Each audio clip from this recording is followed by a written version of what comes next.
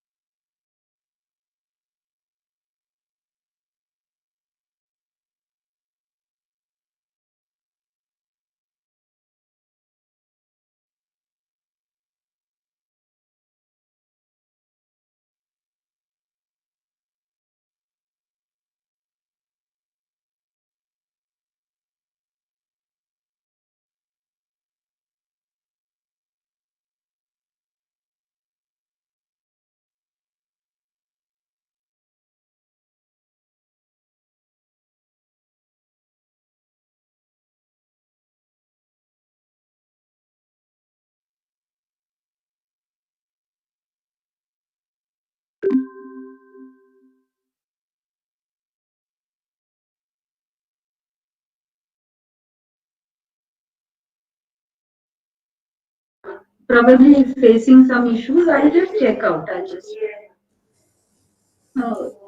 Good afternoon, ma'am. I'll just check why Natu sir has not joined. Yeah. I'll I'll check out and.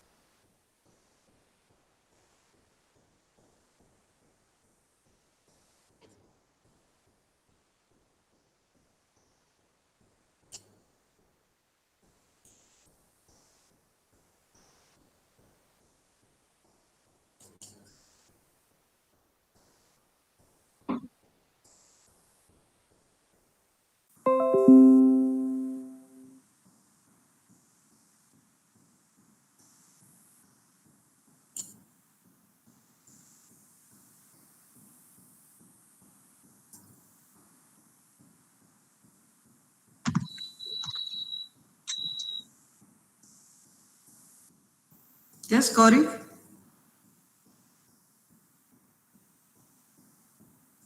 I sent him a message whether he is facing any issues.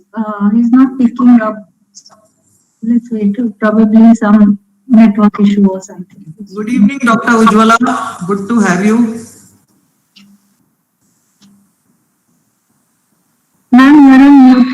Yeah, good evening very much, ma'am. Nice to be Hi. here as Yeah, well with you both. it's good to have you with us. Yeah, many times. Last time, well, I think it was a month ago that we were there. We were Yeah, there. for the Yeah. conference, for the Yes, conference. that was for Yes. your conference. Right. I don't know why is he not joining. I can see him online. If we can just begin the conversation and then do the formalities later on when he joins. Yes, yes, yes. Panel We discussion. will Yeah, begin the initial thing. initially. Niharika, we can start, I think. Okay, By the ma'am. time. Okay, ma'am. Okay, good afternoon to all dignitaries, guests, and delegates. With great joy and immense exultation, I feel privileged to extend my warm welcome to all present here to take part in the webinar on the topic New Education Policy 2020. It has become a regular aspect and part of Symbiosis Skills and Professional University Pune. SSPU believes in sharing knowledge and holding hands to work together, achieving a better environment for our students and teachers. I would like to request Dr. Gauri Ma'am, Director of School of Architecture, Urban Development and Planning under Symbiosis Skills and Professional University Pune to welcome our dignitaries and acknowledge us about the aim of this event. Over to you, ma'am. Please, ma'am. Honorable panel members, Dr. Manimala Puri, Dr. Ujwala Chakradev, Dr. Arvind Nathu, all heads from Symbiosis Skills and Professional University, faculty members, students, and parents. A very good afternoon to all of you. It gives me immense pleasure to welcome you all to the panel discussion on the National Education Policy 2020, organized by Symbiosis Skills and Professional University, the first skills university in Maharashtra. The new education policy, NEP 2020, approved by the Union Cabinet recently, is set to bring a slew of major changes, including allowing top foreign universities to set up campuses in India, a greater proportion of students getting vocational education, and a move towards institutes, including IITs, turning multidisciplinary. The policy aims at making India a global knowledge superpower. One of the stated aims of the policy is to instill a deep rooted pride in being Indian, not only in thought, but also in spirit, intellect, and deeds, as well as to develop knowledge, skills, values, and dispositions that support responsible commitment to human rights, sustainable development, and living and global well being. It all seems so utopian, and but there are so many questions in everyone's mind, be it a professional, be it a student, be it a parent, be it a teacher, be it the head of the institution. There are n number of questions in everyone's minds, and let us try to look at the NEP 2020 through a few experts' point of views. And we are really glad that all these senior great academicians having a lot of experience are here to share their views with us on National Education Policy 2020.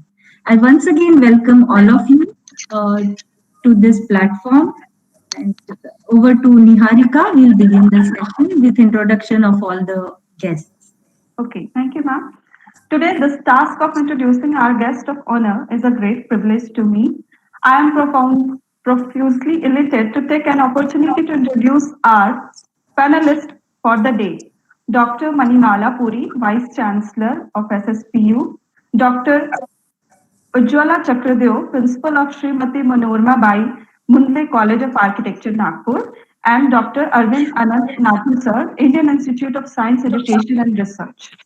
So I would like to introduce our first panelist, Dr. Manimala Puri, our Honorable Vice Chancellor of Symbiosis Skills and Professional University, Pune. She has completed her MTech from NIT Kurukshetra and PhD from Guru Gobind Singh Indraprasth University, Delhi, with 30 years of experience in strategic planning, academic operations, brand building, tech teaching, tutoring, and general administration, and was deputed as director of AI All India Council of Technical Education. She is an expert member of Education expert member of peer committee of National Board of Accreditation NBA Delhi, and also an author of several books and has published papers in engineering and management. I request you, ma'am, to share your vision on topic New Education Policy 2020. Please, ma'am. Good evening, everybody. My fellow panelists, Dr. Nathu, Dr. Ujjwala, and Director of our Architecture Department, Dr. Gauri, faculty members, students, parents, and prospective students. It's a very good evening to all of you. And when we talk of NEP, which has recently there is a little bit of noise. Can you look into that, Gauri? Gauri? I request all the participants to please mute your mic so that there is no disturbance. I think now everybody is on mute. Yeah.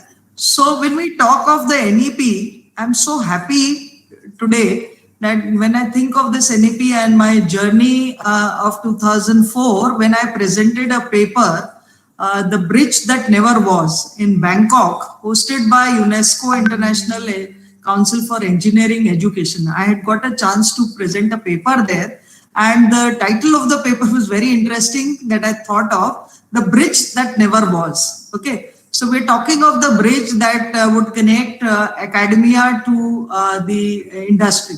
Okay. And I still remember the areas that the paper focused on. The first one was lack of employability readiness of the students. Why these students undergo the degree course and still they are not employable and the industry doesn't find them employable. That was the first point that the paper focused on. The second layer was the dearth of professionally qualified teachers and a curriculum that was aligned to the national interest.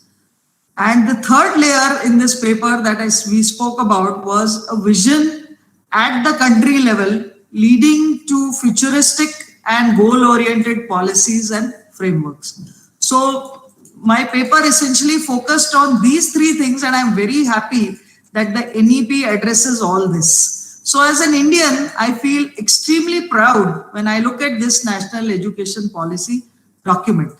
So what is important is the N does not stand for new, but for national. And I'm so glad as a country, we are taking a U-turn and we are headed back to a society and to a culture and practices that were way ahead of their times. So Nalanda, Takshashila, Vallabhi, Vikramshila, Nagarjun, then the Kanthalur Vidyapeeths are testimony to our erstwhile evolved education system. The importance that we assigned to experiential learning, the sensitivity that we had towards interests and passion, and how intelligently we deployed talent at the right places. So this was there in our Indian education system, but later on, you know what happened is all these ancient Vidyapeeths were nowhere in picture and we were following the Western world.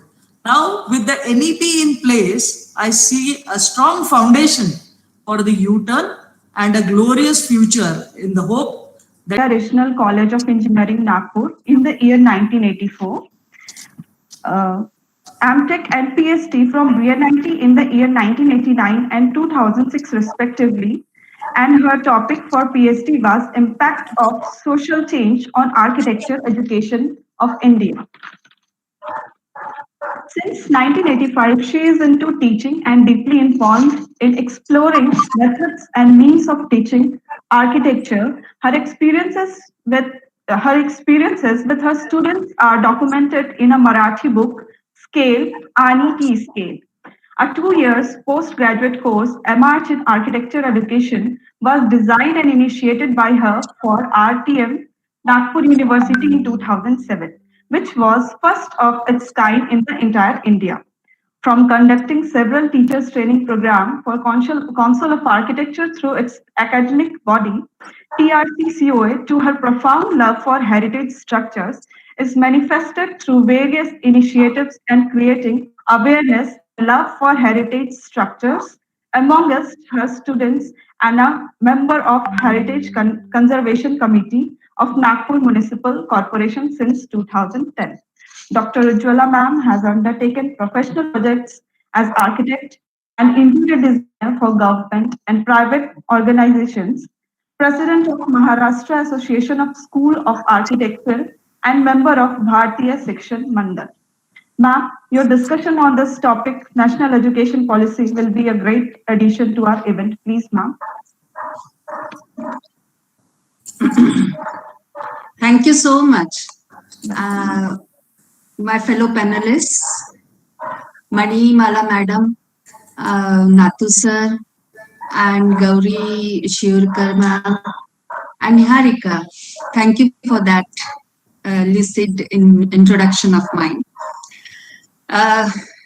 She mentioned that because Manimala madam talked about her paper in 2004, that reminded me that my PhD topic, which was impact of social change on architecture education, actually the findings and the solutions and the syllabi which were then followed or as a recommendation which came out, when I read about NEP, I just took out my report again. I read the book again and I realized, oh, it was all there. People have been thinking similarly. There are many people around. I was not the only one who was thinking like this. There were people who wanted this change. Why did people want the change? Most of us, I would say all of us, were not happy or are not happy with the education system which prevails right now. And we want it to be changed. We always thought it should change. But who will do it? We used to talk about it and then forget about it. There were people in the government, there were people around in some NGOs. They did not only think about it, they wanted to change it. And they took efforts to change it. Education can bring about a social change. It can change the society. There are many factors which are responsible for changing the society, but amongst them, education is the most crucial, most important one. And in 1835, British knew it. British implemented it to change Indian society. We took so many years to think about it in that direction.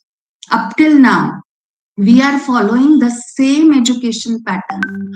It's going to be a great revolution. It's going to change. I'm quite excited about NEP, and those who know me closely are aware how excited I am about the kind of possibility of the change in Indian society which this education policy brings in. Very rightly said by Manimala madam that it's not the new education policy. All those education policies, policy of 1980, 1968, 1986, and then in 1992 it was revised once again. All were new education policies. But this one is a national education policy. So N remains, but it is national. It's rooted to the ground. They say so in the draft. But it's not only the draft which talks about it, but it's also the spirit which is reflected in every section of the of this draft. On 29th of July this year, in the evening, the news was flashing on the TV, and that was a most exciting moment because at that time this policy was announced and had been said to be cleared by the central government. But the discussions about this policy and the draft and the changes had started way back in 2015. And in 2017, the body committee was formed under the chairmanship of Kasturi Ranjan. And I would like to I always, in my every speech, I would like to always openly congratulate them. There are many criticisms which we hear about this policy all around, but those who criticize, I would just request them to go through it thoroughly and read it once and tell me what's wrong about the policy. The first and the foremost thing that has been done immediately after the announcement of the policy is on 17th of August, this 2020, a gazette was taken out and the MHRD is now Ministry of Education. What a change. What is there in name, people would say. But there is something in the name, because it's not only the human resources. You can't club the education department with any other many departments. It's important. It has to have its own name. So Ministry of Education is there now in place. So will be the commission.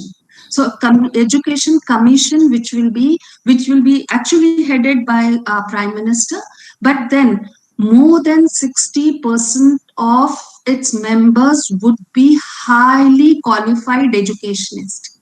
That's something wonderful, because all the decisions of education then will be taken by this commission. That means by the educationists, not by the people who have nothing to do with education, or per se education as a fraternity, as a department, as a movement, as a thing. So this is what is something which is very wonderful, I would say.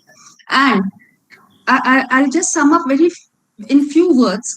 This education policy is integrated, inclusive, futuristic, flexible, and holistic. How is it so? We'll discuss. For time being, I would like to just say, give the platform to the other Nathu sir, and then when the discussion opens up, we will discuss all these issues which would come. Thank you so much. Thank you so much, ma'am. There is a slight change. Manimala madam has to rush for a meeting.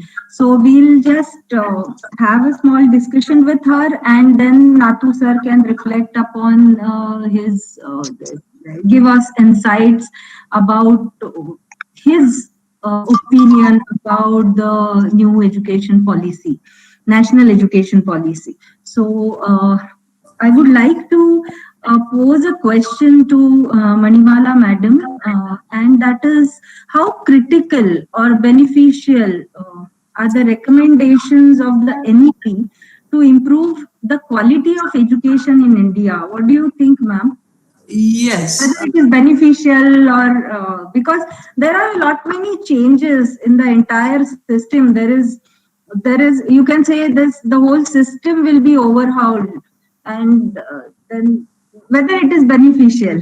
Correct, Gauri. So when we want to understand how beneficial are the recommendations, I would go the other way around.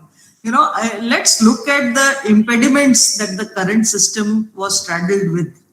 We had problems of teacher quality, forced choices for students, whether they have to take science, arts, commerce, lack of focus on life skills and behavioral competencies. We are teaching them these subjects, but what about their behavioral competencies? They are lacking there. And lack of focus on application of skills. So they're learning the skills, but they don't know how to apply them. They're learning physics, but they don't know how to apply, where to use it in a real life problem. Then we had lacunae in the accreditation systems. We had the missing component of the localization because we were copying the West. So we missed our component of localization, or what suits Pune may not suit Indore. What suits our rural area may not suit the urban area.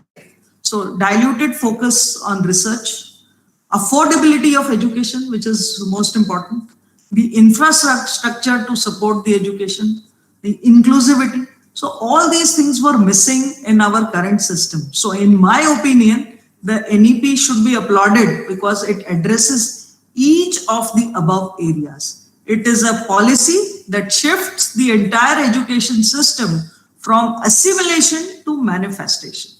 And so I would say it is definitely the NEP is definitely beneficial to the quality of education in India.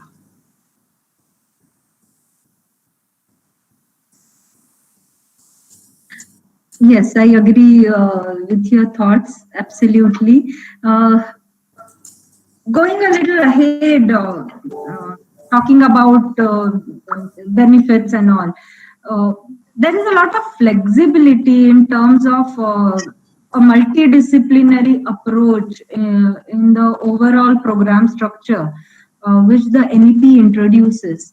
So, what do you think it is bane or a boon to the students? Because if we talk about architecture is already a multidisciplinary faculty. But Sure. if we talk about pure sciences, if we talk about engineering, then whether this multidisciplinary approach will be a bane or a boon. What is your opinion? Yes. So when you talk of multidisciplinary, we are offering credits to students. For example, he is doing engineering, he can also do a humanities course. Okay, an art student can also take up a physics course, something like this. So we are talking of, when you talk of multidisciplinary courses, if you have seen the movie right from, Three Idiots. So right from Three Idiots to the number of engineers turning out to be actors. Our current education system is scarred by forced choices. We have given them, three streams that you choose: art, science, commerce, and then you have to go along this whether you like it or not like it. So I feel the more options the students have to nurture multidisciplinary faculties, and the more options they have to choose from, this will not only ensure that you are matching passion with profession. So this can only lead to one thing for sure: higher value generation per individual to the society, and in turn to the country and to the world at large. So definitely it is a boon. Okay. Thank you so much, ma'am, for your kind inputs. And I think we'll go ahead with the program. Or if you are... If everybody may excuse me, please, Dr. Nathu and Dr. Ujjwala, thank you so much. Thank you so much. Please continue. Please continue. Yes, Niharika, madam, we'll continue with our schedule. Okay. Yeah. Thank you, ma'am. So with all gratitude, I would like to introduce our prominent speaker of the day, Dr. Arvind Nathu sir, with a vision of motivating young potential students to study sciences. I would like to mention his highlighted achievements. He has been awarded as Cross Order of Merit, that is highest civilian award for foreigners by German President, Chairman Board of Governors, IISCR Kolkata, German Research Ambassador since 2007, a senior scientist for last 40 years in National Chemical Laboratory and Indian Institute for Science Education in India. A researcher who has researched in Germany and several countries abroad, served pharmaceutical industries in India and abroad in various capacities as director, consultant in discovery, process development, management.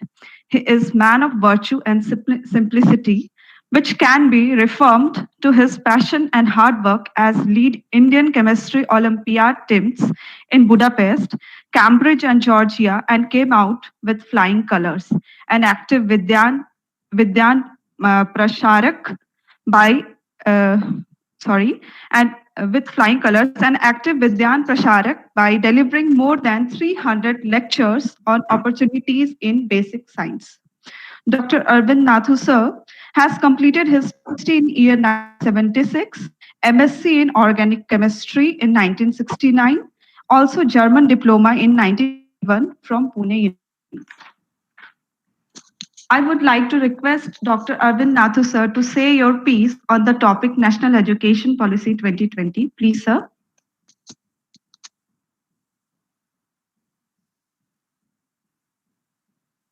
Nathu sir.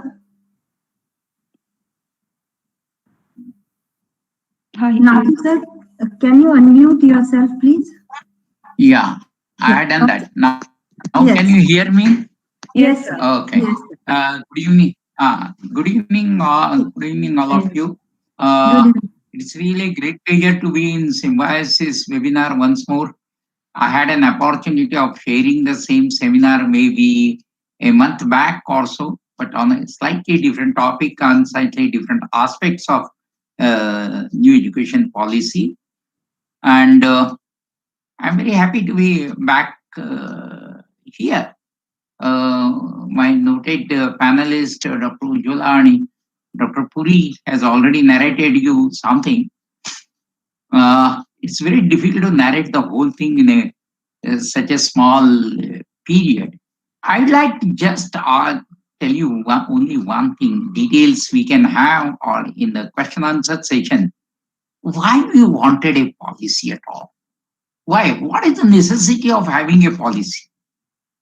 Okay, we had the 88 policy, and as she said, and the only change that made was right to education in 1992. After that, there was absolutely no change.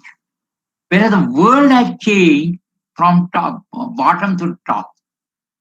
With the advent of several new concepts such as artificial intelligence, machine learning, we want, or say nanotechnology, biotechnology, whatever it is, we want a system which can accept this challenge and deliver it on global level. I'm again mentioning deliver it on global level. So if you want to do it, especially in terms of higher education, we must have this completely reformed situation. On practical side, leave aside theoretical or anything, our whole education system was a sort of job oriented. Of course, job orientation is nothing bad in that, but it was always a job seeker. It was never a job giver. So that was one of the lacuna of the whole system. We had a completely fragmented higher education ecosystem to start with. To least we had 9 types of universities, and nobody knows how they come, how they go, how they are formed, and all the things. All of you are completely aware.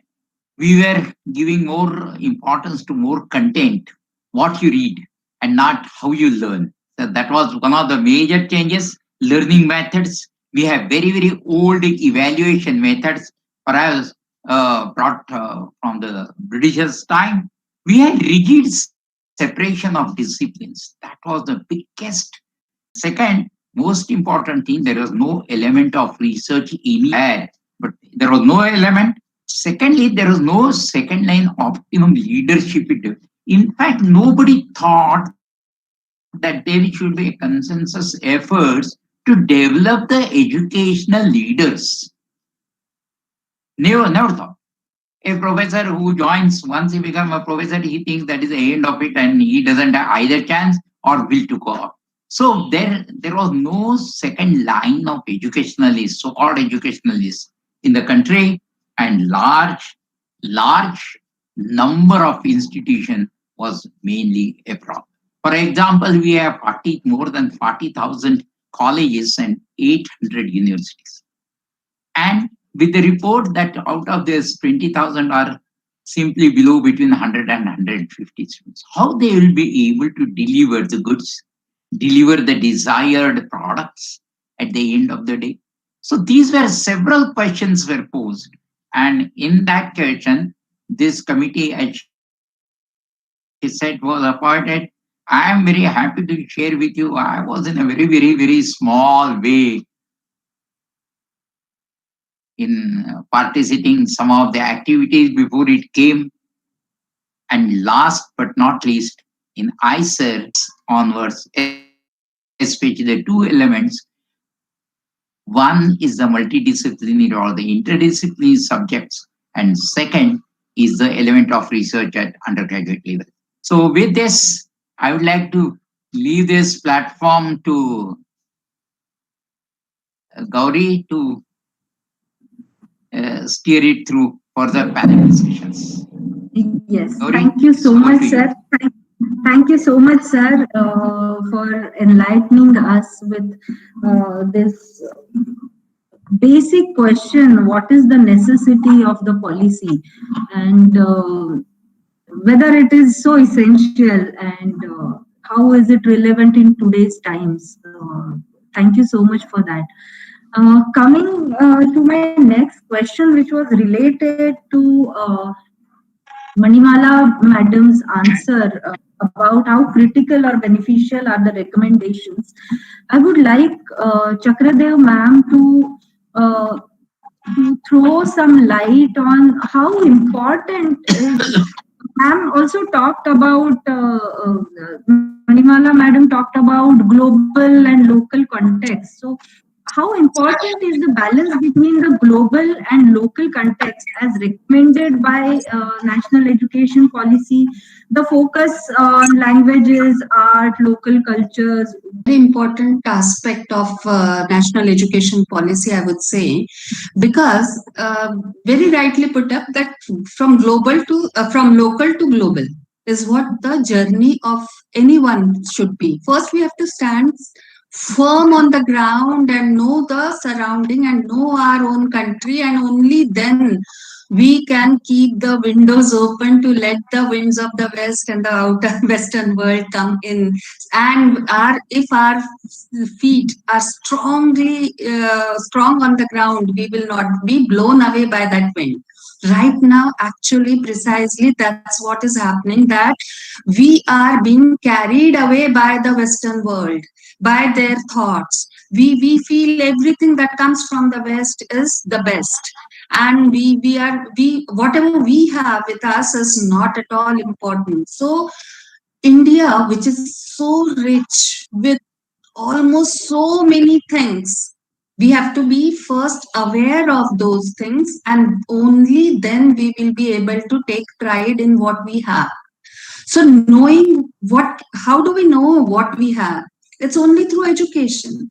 Right now, our education system hardly has a very less component of what we have to make our children aware or citizens aware about what we have in India. And why should we be proud of what we have in India? It's not only the knowledge bank, but you all know, or we all know, that India is a vast country, north, south, east, west. Climatically, there is a diversity.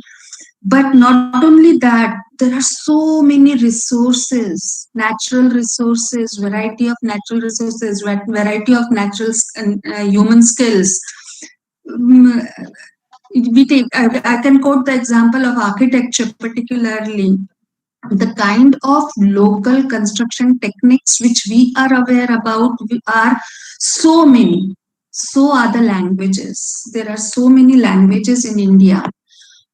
Every state, every part, every 200 kilometers, the languages are changing. And in spite of that, beautiful languages, classical languages, and we are struggling to learn the concepts, Western concepts, in their language, that is English. It's difficult to understand the criticality of a concept or some issues when we have to do dual issues that understand the language as well as the idea. So instead, it's only the idea if we try to focus on. So mother tongue comes normally, naturally. One of the concepts of knowledge is there are two types of knowledges which I had read long ago: the vertical knowledge and the horizontal knowledge. Vertical knowledge is the universal knowledge, which means there is something which will not change, whether it is in Nagpur or whether it is in the remote place of Nagpur or whether it is in America. So the human sciences or the human body or the planets and things like that, the relationship of Earth with the rest of the planets, the many things, they are universal wherever we are on this piece of earth. But definitely the horizontal knowledge is a knowledge which is local knowledge, and which changes from places to places with the way people behave, the way people react to a particular same situation, the way the glass facade in architecture would be dealt with in the remote area of India and in Mumbai. So these are the two different ways in which we react to the knowledge which is universally there. This has to be reflected and understood through education. This will happen only when we are aware what we locally have. Right now, what happens, as you are aware, in even in history, we talk about Roman history, we talk about Egyptian history, and then we hardly talk about Indian architecture. We hardly talk about Indian temples. That's why the series which I have started recently is the Dev 1, 2, 3, 4. It's about Yes. understanding what we have, and unless we know what we have, probably we will not be able to. There are 28 states and 19,569 languages which we have, out of which 22 languages are the official languages. Hindi is not Rashtra Bhasha, but it is Raj Bhasha. That is official language for the official work. The problem which arises, and there are lots of criticism and doubts which people are posing, is because of so many languages which we have. What will I do when I get transferred to the southern part of India? How will I, in what language will my child study, etc. These all doubts can be resolved, will be resolved, and there is a provision. There's no compulsion. These are the opportunities of studying in so many. Three Sutri language. The three languages will have to be learned by a student.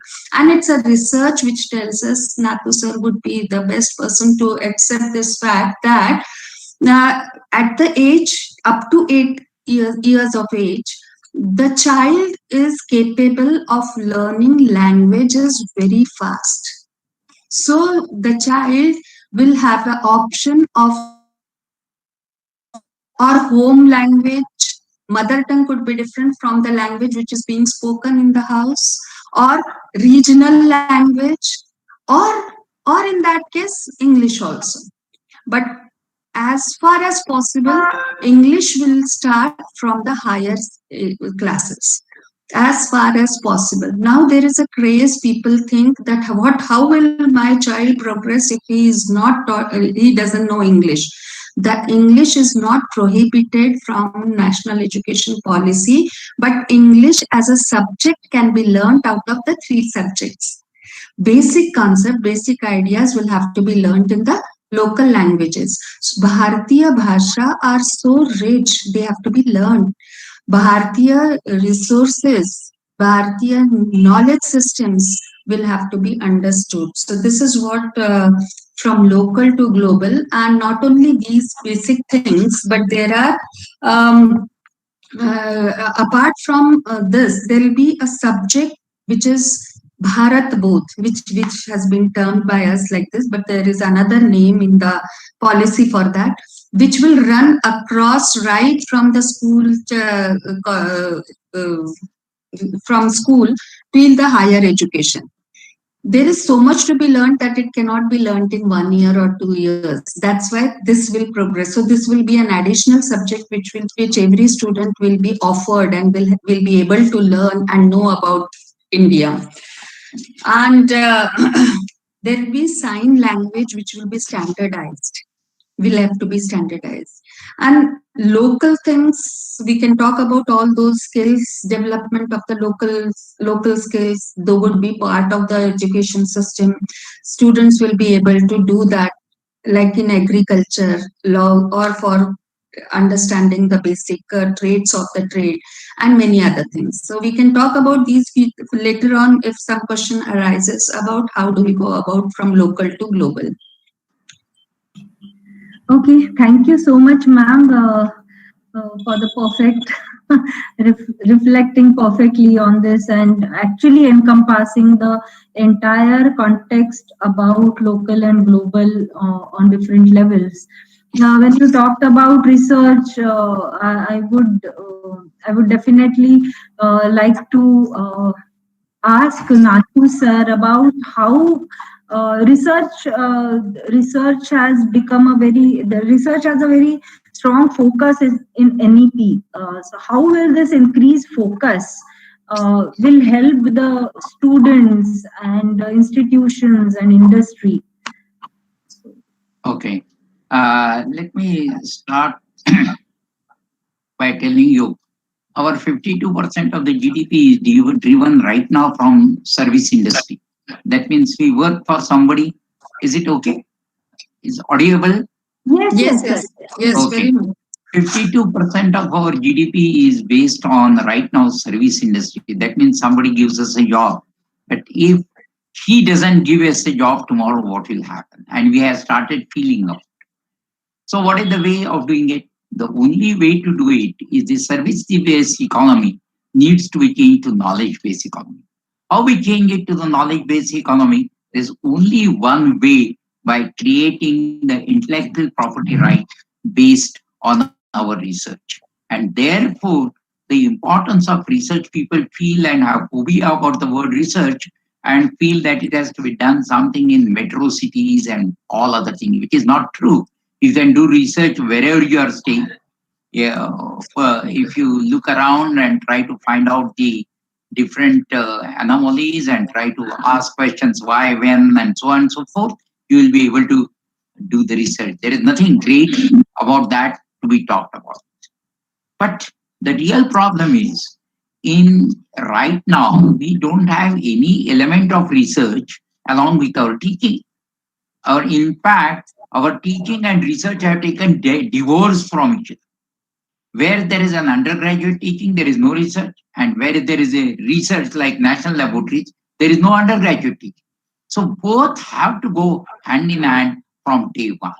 People feel we should introduce the research only at the later stage of the life, later stage of the higher education, which is not true. Research has to go hand in hand, preferably at the undergraduate. So this is number one. Now, to take out this thing, it must be going to the colleges, it must be going to the universities, it is all across. Now, more or less, it will be made mandatory to spend about in a 4 years' time, about 6 months for compulsory research. When you say compulsory research, this itself, there is a contrast, irony. Research cannot be made compulsory, but in the sense that if you take research, you'll be getting more credits and that kind of encouragement will be given. Number one. Number two is the research. Yes, the research that will start talking will be helpful to the local people. That is so-called applied research. I don't believe in word applied research. I will say useful, which can be used immediately. So that kind of research will be going there. Then, but what is the procedure? We have several institutes today granting grants for research or doing this and ICAR and all. There are many. It's very difficult to find out which agency will give me the research. This is probably first time at the national level we have established a national research foundation under this. So once you realize the importance of research in a building nation or building a knowledge-based economy, now this will be facilitated through National Research Fund, and initial, which is not a very big sum, is about 1,000 crores rupees, 1,000 crores, which is to start. Now, how it will function? There are two ways of functioning. Number one, that it will provide the research funding to the peer-reviewed project. Currently, what is happening, I don't want to name the university, I was asked to chair a session where you distribute the research, and they had, say, 100 rupees with them. At the end of the term, all the research discussions, the head told me, "Sir, we have 100 rupees, let us give 1 rupee to everybody and start." The research doesn't weigh that. I said, no, it in 4 parts and give 25 rupees to each, make them accountable and let them come next year for the same project if they are. So the very concept of distribution of money is not proper. So if you do it through peer-reviewed research projects, that this research will be of 2 types, has to be of 2 types, especially in the large country like The number one is touching the global levels such as nano, biotechnology, artificial intelligence. These are the buzzwords nowadays, without really having a true significance. So these kind of cutting edge of research is on one side that needs to be taken. There is no doubt about it, because our standing at the global level will be determined by those projects. At the same time, we must have projects on national missions. Which are those projects? Number one is drinking water. Still we are, or of which we are deprived, so that research needs to be done. Number two is healthcare. Right now, you will be surprised that we don't have any medicine for TB and malaria. Last year, the drug that we are using still are 50 years old with notable few exceptions. So we don't have that. So healthcare, drinking water, transportation, these are some of the burning areas. So we must have, and that is the policy of the National Research Funding also, that will fund them in these two areas, frontier areas of research, and secondly, national mission mode of research. So once this is done, then there has to be a balance between them, and that will be number one. Number two, besides that, there is always a complaint that we don't have research infrastructure. So this is one of the major funding will be given to erect the responsible or the centralized research facilities in each zone to start with. That means the research facilities. For example, I want a particular equipment. Now what happens? The next door never had the equipment, but I'm not allowed to use. So like that, we have that kind of sense of ownership on this. So creation of these well-created centralized facilities will be very useful. So once you have the high-end equipment costing 10 crores, 15 crores will give them. The most important thing is the review panel. These will be reviewed from time to time. What is the use of reviewing? For example, once it is reviewed, it will be placed, coordinated between the secretaries or the departments or the government itself to change the legislation. I'll give you a simple example.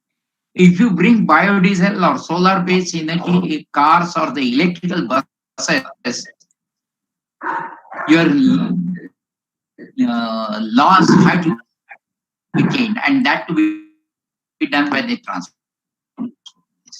So there has to be coordination between the NRF, and NRF is playing that role and coordinating and helping changing in completely definitely this. And last but not least is they will recognize the high standard research. For example,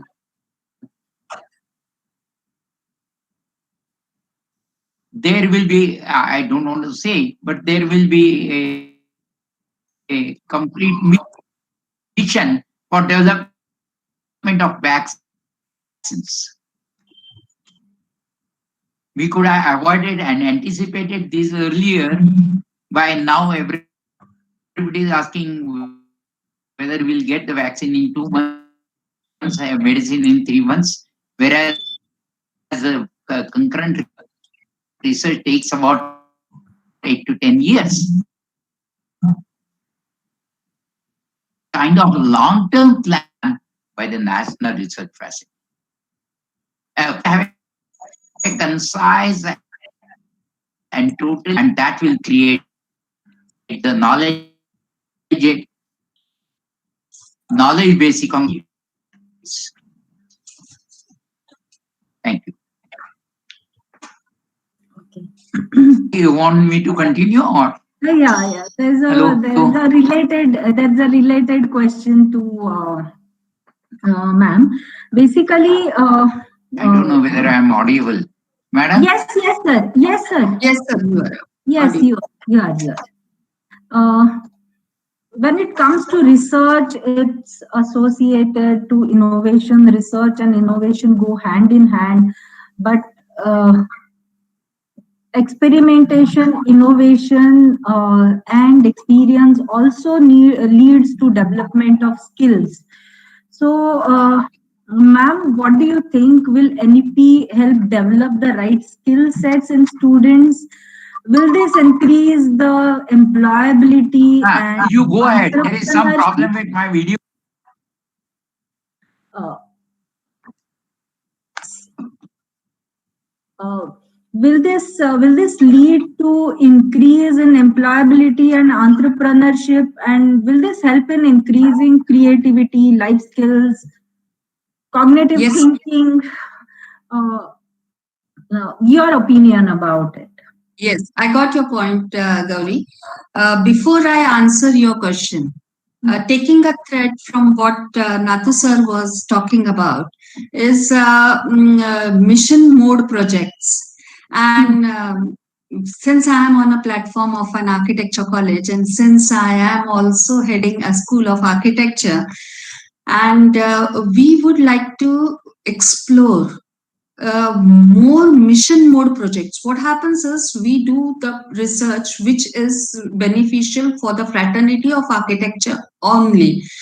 But imagine an infrastructure, research in infrastructure, which is a mission mode, which utilizes the local skills, local material, and local work, and creates a meaningful and matter of fact and a standard infrastructure. So that kind of a research projects, even the economically low economy or less cost effect or cost effective structures, cost effective solutions to the high tech structures. All these things probably will have to be worked out by our fraternity. That's a mission mode project which sir was talking about. We have to take it across the country.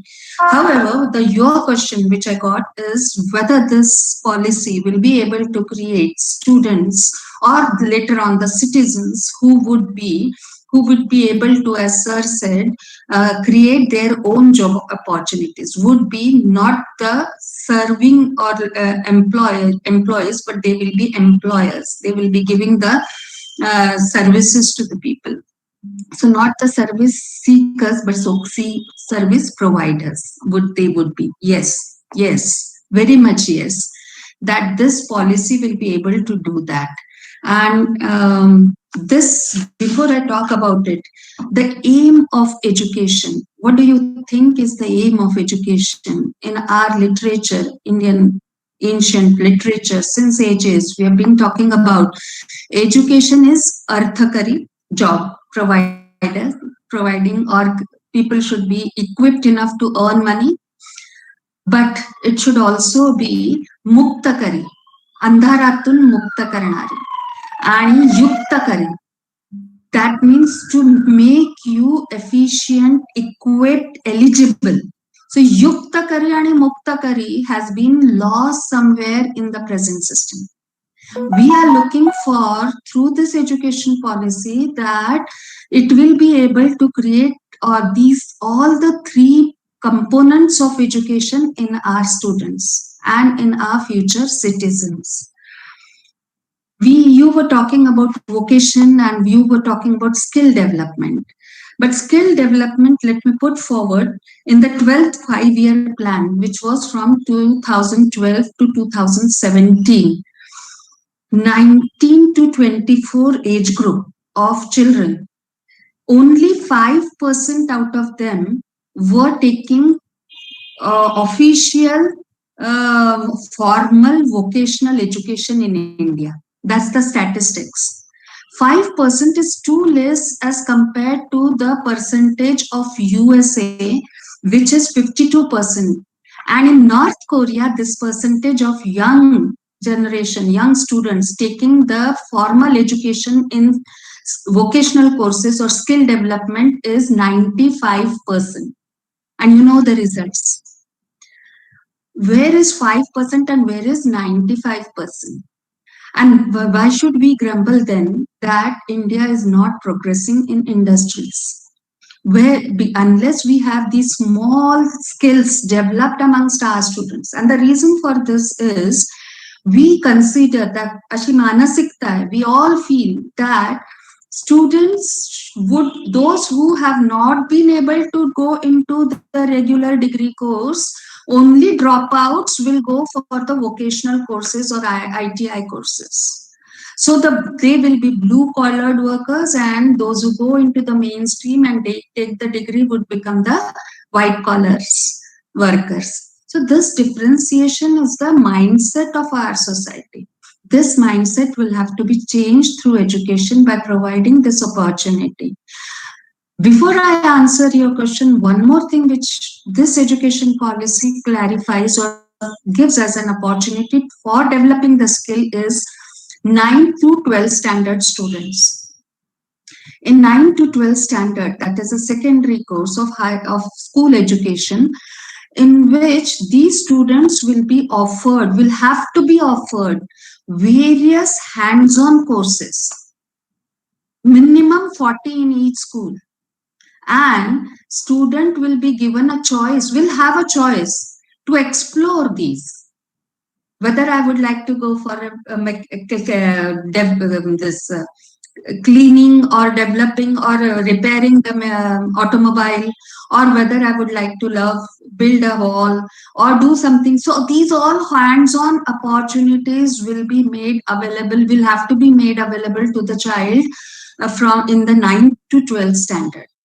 And I think there itself that it will develop this, not only the skills, make him a perfect human being, once he becomes a great businessman or an industrialist, he would know the basics of the trade.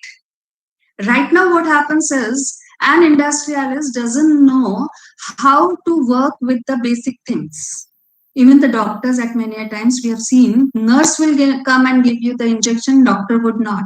Doctor may not know about it because in the third year of his education, he comes in association with the patient for the first time.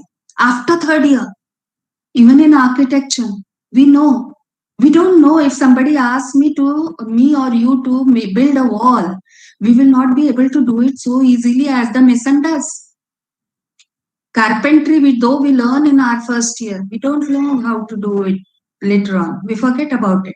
So these are the basic skills of each profession. Those are the vocational courses, and definitely these will be part of the school education, and it will be the responsibility of we all, educationists of each profession, to develop such modules, small modules provided to the schools, so that the child gets interested in our profession. Ultimately, we have to enrich and develop our own profession through these vocations. Right now also, after becoming an architect, we have to explore ourselves. Practicing architect looks for all these vocational people and builds up his team. Council doesn't takes up the responsibility of this connection of this vocation related to the building industry and architecture. Nor does education does it. There are ITIs, there are diplomas, but there is a degree course and we rush for the degree course. It's a 5 years degree course and we want everybody to complete it in 5 years, whether they want it or not. But that's it. About the flexibility, I would talk about later on, but I think this is what you were expecting. Yes, entrepreneurship and making a meaningful business would be possible through education of skill development, which is being propagated and told and elaborated in this policy. Anything? Yes, about the flexibility in terms of whatever Manimala ma'am was talking about, because we are talking about skills and the multidisciplinary approach, how do really, will it be a boon or bane again? What do you think about it? And you want me to answer this? Yes. It's, of course, she has said it's a boon. It's not a bane at all. We as an individual, when we become a professional, we are an individual or a human being first. And we've got so many traits, each one of us. Just because I want to be a doctor and I want to be an architect or an engineer, it doesn't mean I cannot have all those other traits and that will be my extracurricular activity. No. So the policy recognizes this fact that the holistic development of an individual is necessary, and that will be possible by providing a flexibility and an opportunity of picking up these courses. So if I have a talent of singing, I should be able to develop it simultaneously and get credits for that. And there is a provision of ABC, that is academic credit of bank, academic bank of credit. That has been mentioned in the policy. Now, this bank, what does it do is, wherever we collect our credits from, whenever we collect our credits from, for example, my own college of architecture, which is in the setting where next door is the hotel management department, next door is the nutrition department, and then there is an education department, and then there is a physical education department. So my student in this cluster, there is a possibility of the school will never be an isolated individual college. It will be always in a cluster. That is what the policy says. In that cluster, my student will be very easily collect her credits from hotel management, from physical education, from education, wherever she would love to go for and collect. So she'll be collecting and putting it in the bank and utilize those credits as and when required. So the flexibility of choice. There is no demarcation, as sir had mentioned, in between science, arts, and commerce. No. Right from 9th standard onwards. See, in 11th, after 10th, the child had to make a decision whether you're going for the arts or whether you're going for a science or a commerce. This will not happen now. The child will be able to take some majors and some minors and will be able to explore those. Even the flexibility gets reflected. Only one point. I can see you want to ask another question or maybe flexibility when we talk about in higher education. First year I did, and now there are problems. We just don't understand the problems which the rural Indian students from rural India face. Pausats nahi padla, and there is no money with the father to support him or her for the next further education. So the student nowadays, what happens is the dropouts, they just have to go, and their year is almost wasted. But this bank will come to his credit. He will get a certificate, and his credit bank will be there with the school. And then he can return to the education system as and when required. Next second year, he would be able to go to and take up diploma if leaves after second year. After third year, he will get definitely a degree. After fourth year, it will be a post-graduation. After fifth year, it will be a post-graduation with honors. Okay. So these are the kind of flexibilities in getting the certificates also. So this is something, and there are many more things, of course, but the time is short, so we cannot discuss each and every point of flexibility. As I mentioned in my opening remarks, that it all seems so utopian, and after you elaborated this in your style, ma'am, I just feel that if I could turn back the clock and again get admission and get all these and experience all these multidisciplinary facets of education, and I could also bank my credits and use it, because we've always, as architects, again, we've always been interested in so many different facets of performing arts and visual arts. But yes, we do get the privilege because our course itself is multidisciplinary.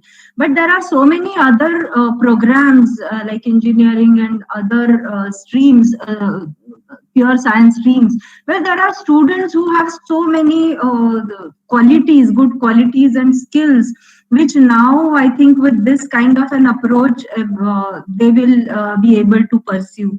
Thank you so much, ma'am, for the wonderful inputs. We come to our next very important question to sir, that this is a step taken by government towards making all colleges autonomous, either in the form of becoming autonomous degree granting institutions, or a constituent college of university be beneficial for higher education institutes. Whether it is beneficial or uh, how it will work, and there'll be a new regulatory system for the entire education system and for all the courses and all the programs.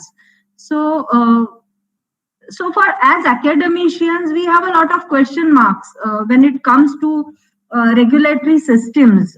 So, how will it work vis-a-vis the present regulatory system, or you can call it now an old regulatory system? So, if you can reflect upon it, it will be really great. So that with this we can end the questions from my side, and if there are any from the students and participants side, we can take it up. Okay. Gauri, you have given me a big job, the two questions that you have put to me, one is on the autonomous institution or restructuring, and secondly on the regulatory system in sitting in Delhi. This itself is a big topic and can be discussed over several. In fact, I have given 3 lectures just on the regulatory affairs, but I don't want to come. Only the thing why we wanted this change, again, I'm coming back to this regulatory autonomous college. Right now, there are 3 things that are happening. If we are aiming at the large multidisciplinary institutes, and if they are to be supported and all the things will get different. Right now, conflict between, again, I'm coming back to the same problem, conflict between the research and teaching has to be adjusted, timeline has to be programmed, has to be calendared from. And what that has been done is into 3 layers of college, as she said, degree giving college where there will be hardly any research, or some research will be there. Second, giving equal importance to research and education. And third is only the research institute, which will compete with global research institute or global universities or so on. Now, coming back to this, why need to make it autonomous and why they should be multidisciplinary? Right now, as I said, we have more than 40,000 colleges, I don't know how many exactly, and 800 universities. Half of them, these colleges, how they will be able to run independently, how they are running, I don't know, when you have not more than 100 to 150. So is it a critical mass to design the multidisciplinary courses? Certainly not. So what has been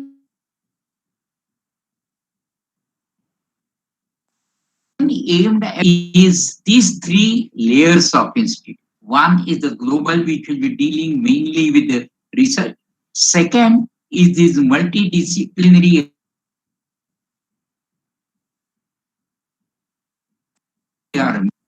label doesn't change, it doesn't make it. So if you have this, what is the necessity of this?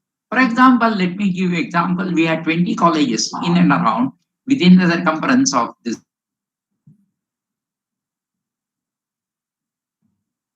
education program or research facilities, then we'll be able to do much better.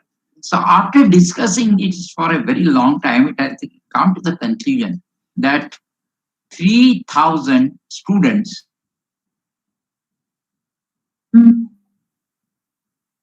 multidisciplinary, I don't know whether they'll be called universities,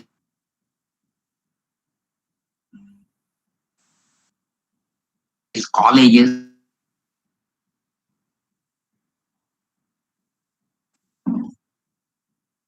Hello.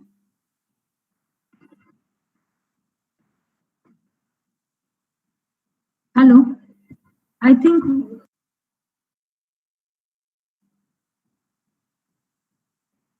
Hello, sir. Nathu, sir. It seems there's some problem with his network. Network. Yeah. Yeah. We seem to have lost him. Okay. Right. We are getting आले back. Sir. Huh. Sir mute आहात तुम्ही. Sir, you're on mute. Unmute, Karan. Okay. So when it comes to this 3,000 multidisciplinary units, they'll be self-sufficient, number one, in terms of several things. But the real problem is if I have an institute and if I'm not allowed to run the autonomy in terms of everything, right now autonomy is in academic autonomy. This autonomy will be completely a transparent academy in all the respects. Number one, they can design their own programs suitable to the local condition or whatever it is. They don't need any affiliation maybe after 2035 or I don't remember. Number two, 15 years. 15 years from now. 15 years from now. And they can generate their own funding, own resources by designing the attractive courses to get it, either to diploma or to degree or to any other thing. So, but thus, if you really going for this multidisciplinary autonomous aspect, things will be more effective. Right now, if you remove the affiliation, they will be able to generate their own ideas, concept, accommodation of research, funding, and whatnot. And according to the MHRD right now, the education department, everything has to be transferred. Everything has to be transferred, transparent in any this thing.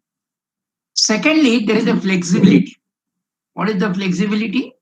That if you are better from degree awarding college, if you want to jump to the second one, you can do that, provided you have the requisite eligibility.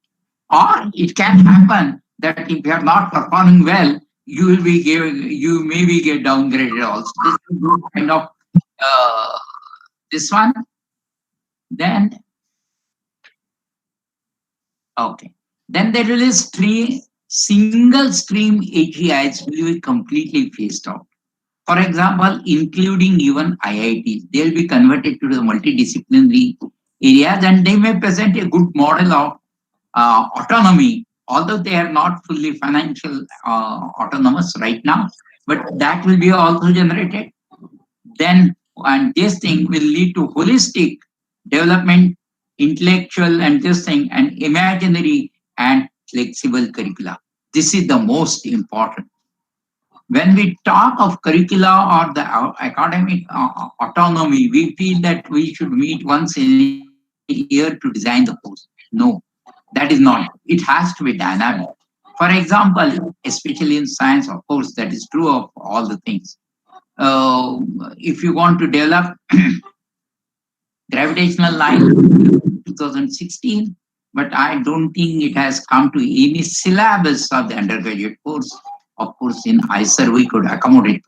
So you need to keep a line with the cutting edge of technology, new areas of sciences and all other things will be really a competitive area.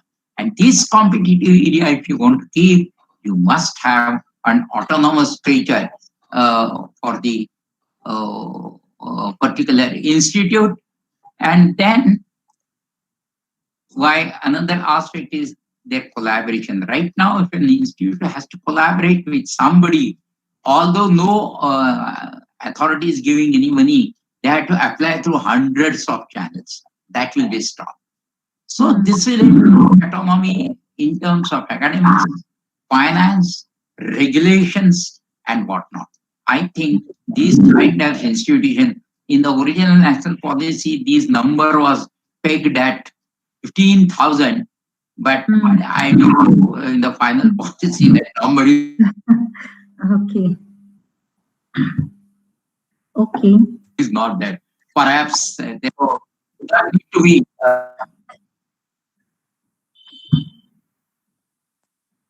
Hello. Yes. Yeah. So I think he is facing some issues. Are there any questions from the audience? You can unmute yourself and ask if you have any.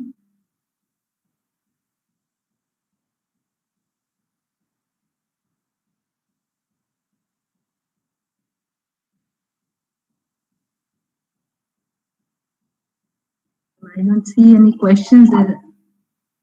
Anyone has any questions?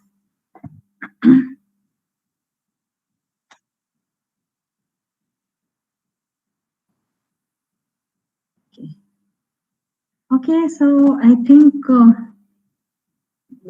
have we lost him? Sir is still there, or sir, He's are you there. there? He's there. He's there. Yes.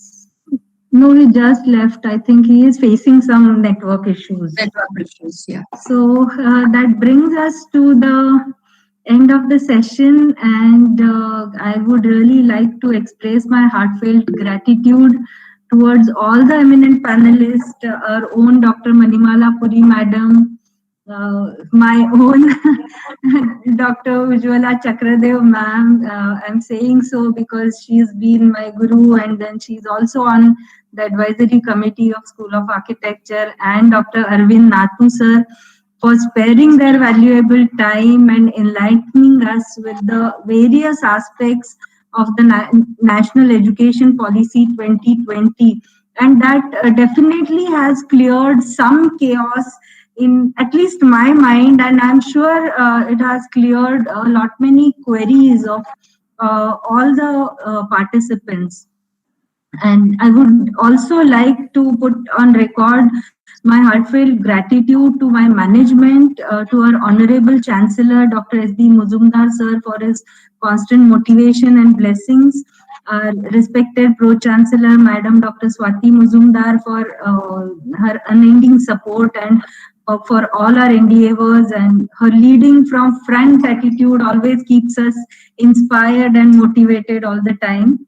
My sincere thanks to our Vice Chancellor in charge, Dr. Manimala Puri, for her support and advices, which greatly help us for organizing such events and for today's panel discussion as well.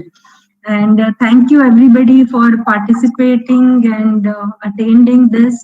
Without you, this wouldn't have been full. And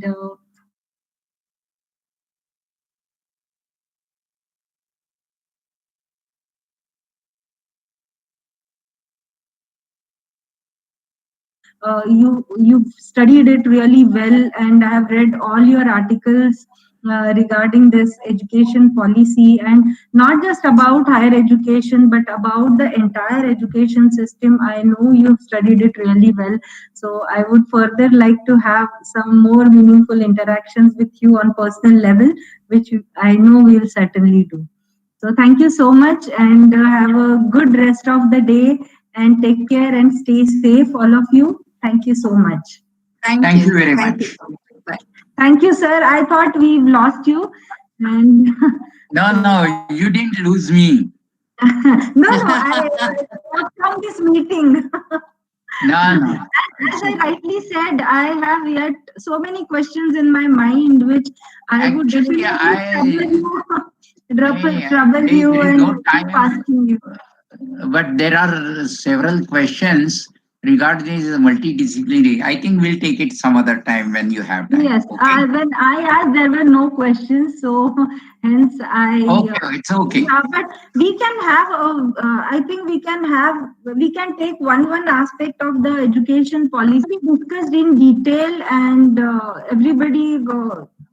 People are quite skeptical about how will it be implemented, and if it is not implemented, I have completely then lots of roadmap. nothing will. I have complete roadmap for that. In fact, if there would have been any concluding session, I would have gone for it. But anyhow, we'll make it some other time. Because we saw you leave that it was there that you left. So we thought that you have this connectivity issue. So that's the Okay. reason. Thank Sometimes we will discuss about how is it going to affect and impact on architecture education as well. Because there are, most of us in the audience as well as we all are architects, so there is a question of what are we going to do as schools? Are we going to run this way? Will Council of Architecture continue, or whatever other questions which we have in mind? We can have a nice discussion on that as well later on. Yes. Thank you so much again, once again, and see you soon. Yeah. See you soon. Bye. Thank Bye. you, audience. Bye bye.